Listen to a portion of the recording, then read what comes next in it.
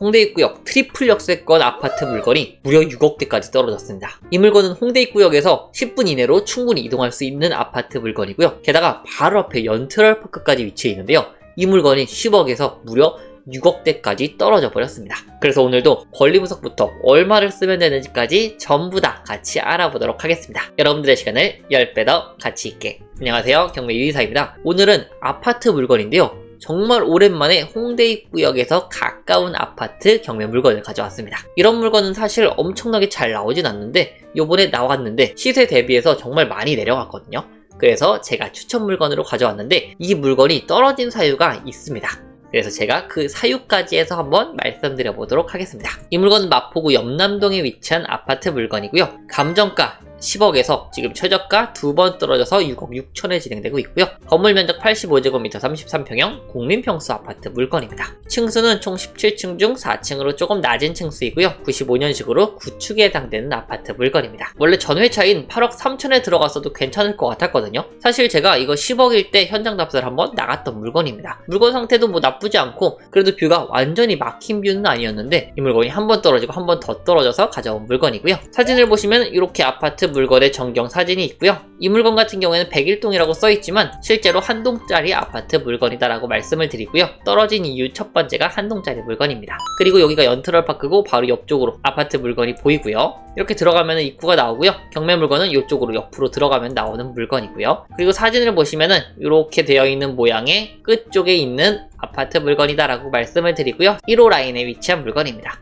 구조를 보시면은 방이 3개, 그리고 욕실이 2개 있는 기본적인 방 3개, 화장실 2개, 계단식의 구조다라고 말씀드릴 수가 있겠고요. 현관문은 제가 실제로 가서 봐서 그렇지만 그렇게 큰 특징은 없는 것으로 보였습니다. 자, 그럼 이제 경매 물건 단지를 한번 볼 텐데요. 경매 물건은 이쪽에 위치해 있고요. 그리고 이렇게 보면은 여기가 들어가는 입구로 확인이 됩니다. 그래서 이렇게 들어와가지고 경매 물건 이쪽 물건이거든요. 그래서 이렇게 해서 이쪽이 메인 뷰다라고 말씀을 드리고 거리 뷰로는 안 보이지만 여기 놀이터가 위치하고 있고요. 경매 물건은 4층인데 여기서 여기까지는 막히는 것 같더라고요. 그래서 이 정도가 뷰가 나오고 있다라고 말씀을 드리고 대략적으로 한 30m 정도 나는 것으로 보이고 완전히 막혀 있지는 않다라고 말씀드릴 수가 있겠습니다. 그리고 아파트를 나오면은 바로 연트럴파크가 위치하고 있고요. 이쪽을 따라서 아래로 쭉 내려가면은 홍대 입구역이 위치하고 있고 홍대 입구역 같은 경우에는 2호선과 공항철도선 그리고 경인중앙선이 전부 다 위치한 호선이고요. 거기에 인접한 트리플 역세권의 아파트 물건이다 라고 말씀드릴 수가 있겠습니다. 거리 제기로 대략적으로 한번 보시면 이렇게 건너간다고 했을 때 400m 도보 6, 7분 정도면 충분히 이동이 가능하다라고 말씀을 드리고요. 인프라는 말할 것도 없이 이쪽에 정말 많이 몰려 있고요. 여기 아래쪽 홍대 입구역 아래쪽에도 정말 많은 인프라가 모여 있습니다. 그렇기 때문에 역과 인프라가 전부 다 잘 발달되어 있는 물건이고요. 학군을 한번 보실게요. 학군 같은 경우에는 여기 위쪽으로 중학교와 고등학교, 그 다음에 디자인 고등학교까지 위치를 하고 있고요. 도보로 충분히 이동이 가능하겠죠. 다만 문제는 그 이외의 학군이 없다는 겁니다. 쭉 더 축소를 해보면은 이쪽에 학군이 위치하고 있고요. 여기 초등학교가 있고 이쪽에 초등학교가 있는데 거리 제기로 한번 보시면은 여기서 여기까지 직선 거리로 1km이기 때문에 걸어서는 이동이 어려울 것이다 라고 말씀을 드리고요. 때문에 학군에 있어서는 단점이 많이 있다라고 말씀을 드립니다. 아무래도 유흥상권에 밀집된 지역이다 보니까 아파트들이 많이 없죠. 그러면서 학군도 별로 없는 것으로 보여지고요. 바로 단지 정보를 한번 볼게요. 이 물건 같은 경우에는 아까 말씀드렸듯이 한개동으로 이루어진 128세대 정도 되는 아파트 물건이고요. 주차 대수는 세대당 0.91대로 조금 부족할 것으로 예상이 됩니다. 그리고 경매 물건 같은 경우에는 109제곱미터거든요. 여기 계단식 물건에 방 3개, 화장실 2개 물건이고요. 이것도 계단식이고 이것도 계단식인데 이거는 복도식 물건으로 확인이 되네요. 자, 그러면 바로 시세를 한번 볼 텐데요. 경매 물건이 유찰된 이유 두 번째가 단독 플러스 거래 사례가 없다는 겁니다. 보시면 거래도 거의 안 됩니다. 지금 20년도부터 딱 5건 돼 있어요. 5건. 그렇기 때문에 이 물건 사면은 안 팔리겠구나 라고 생각할 수가 있겠죠. 그래서 실수요는 없었고 단기 투자자분들은 단기로 투자가 어렵다고 느꼈기 때문에 한 번 더 유찰된 것이다 라고 말씀을 드리고요. 보면은 작년 2월에 10억에 거래가 된 게 마지막입니다. 자, 그러면은 이렇게만 보면은 시세가 얼마인지 알 수가 없죠. 그럼 저 같은 경우에는 역산하는 방법을 말씀을 드리는데요. 다른 평수의 물건에 평당가로 나눠서 그거를 다시 경매 경매 물건을 역산을 하는 겁니다. 그러면 경매 물건의 시세가 대략적으로 나오게 돼 있어요. 그럼 이건 작년 7월이긴 한데 한번 계산을 해보도록 하겠습니다. 이건 112.6제곱미터였고요. 이 물건은 평당 3,500만원 정도의 거래가 된 거고요. 조금 더 작은 평수 60제곱미터 정도 되겠죠. 이 물건 같은 경우에는 조금 거래가 차이가 나는데 7억 9천 그리고 8억 4천 거래가 되었고요. 작년에 거래된 거는 7억 9천 정도 되는 것으로 보아 한 8억 정도 잡아보겠습니다. 그렇게 잡았을 때 이 물건은 평균적으로 4,500만원 정도의 거래가 된 것으로 확인이 되고요. 이 물건 같은 경우에는 7억인데 55제곱미터입니다.